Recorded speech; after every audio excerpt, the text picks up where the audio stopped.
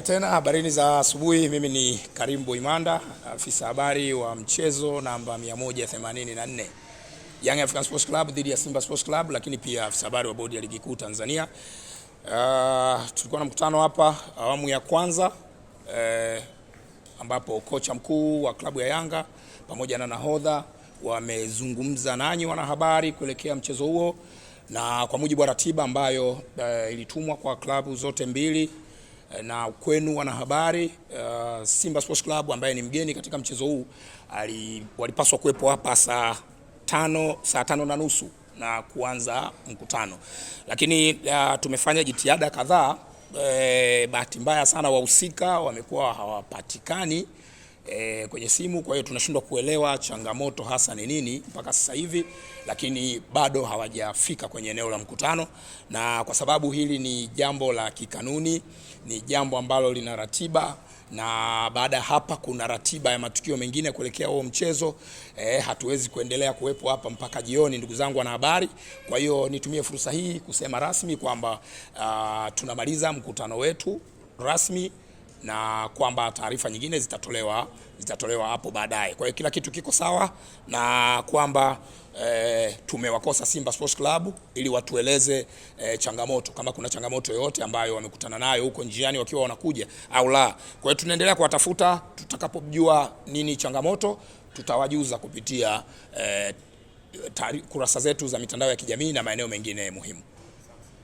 Kuna swali na hilo jambo jamani? Taarifa ina maswali? Sawa, tusikie swali moja pale.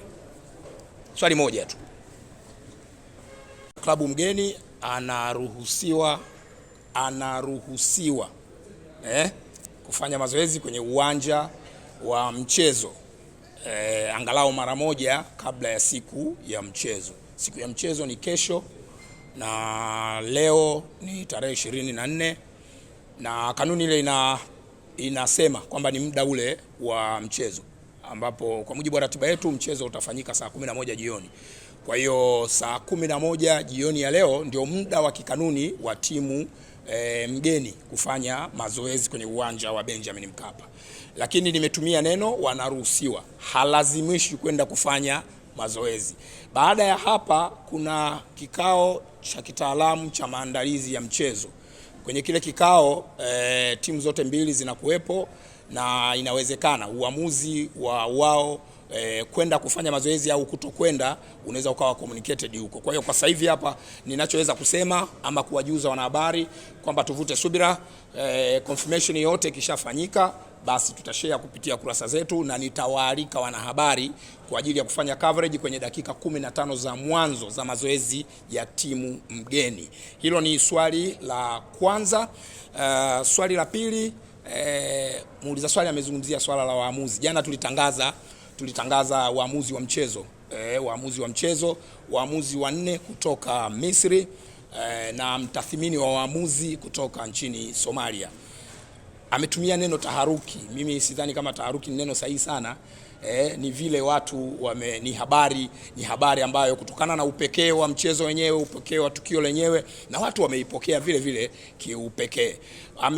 Amesema pia kanuni, muuliza swali amesema kanuni hazisemi chochote kuhusiana na hilo. Ni kweli, kanuni hazizuii TFF kupitia kamati yake ya waamuzi kuleta muamuzi kutoka nje ya Tanzania kwa ajili ya kusimamia mchezo wa ligi.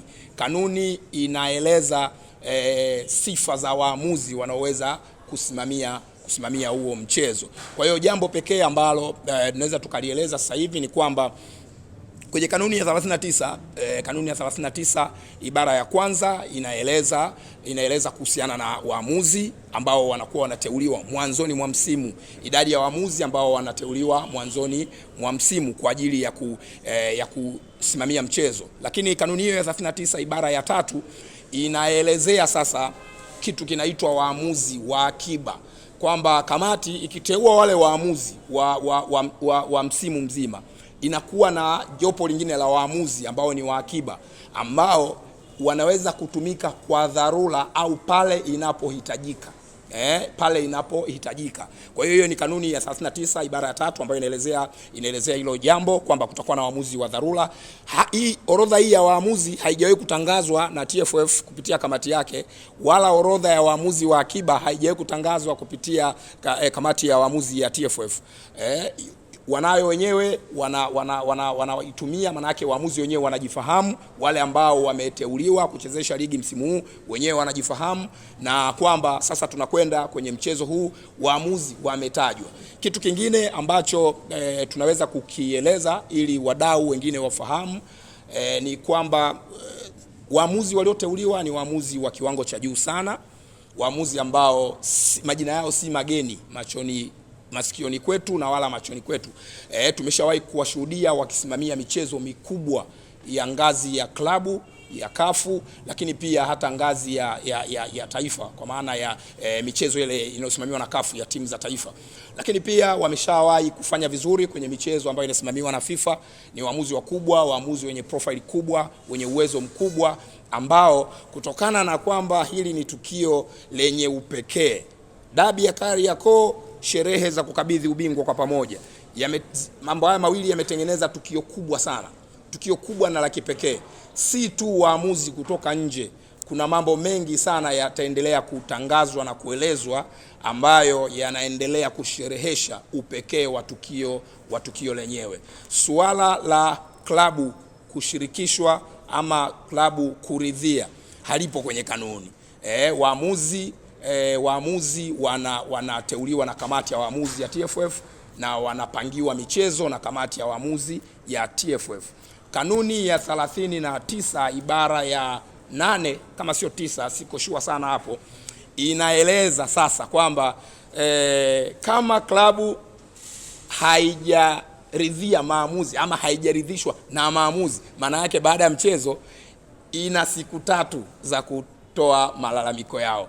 Kwa hiyo hakuna sehemu inayotoa nafasi kwa klabu, kiongozi au yoyote kuzungumzia muamuzi kabla. Kanuni hiyo ya 39 ibara ya 8 kama sio ya 9, siko sure sana, inaelezea pia sasa kwamba kiongozi, mchezaji, kocha au mtu mwingine yoyote haruhusiwi kumkataa muamuzi aliyepangwa na kamati ya waamuzi ya shirikisho la mpira wa miguu Tanzania.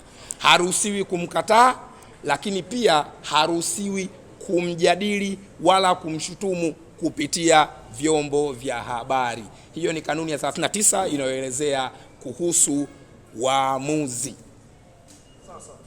Asanteni sana, na kufikia hapo tumefikia mwisho wa mkutano wetu, na tuwatakie kazi njema, tuwatakie maandalizi mema kuelekea dabi ya Kariakoo hapo kesho majira ya saa 11 jioni.